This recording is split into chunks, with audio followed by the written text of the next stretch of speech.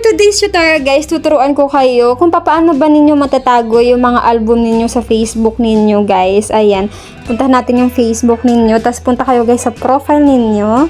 Ayan, tapos punta kayo dito guys sa more, and i-click mo yung photos. Pag nandiyan ka na guys, pindutin mo yung see all. So ayan guys, halimbawa diba may mga ginagawa kayong mga album katulad nito guys. Ayan, may mga bawat album tayong ginagawa. So halimbawa guys, may gusto kayong burahin dyan na album, i-click mo lang guys yung album na yun. Kunwari guys ito. So ang gawin mo lang guys, i-click mo yung 3 dots sa taas, tapos makikita mo dito yung edit.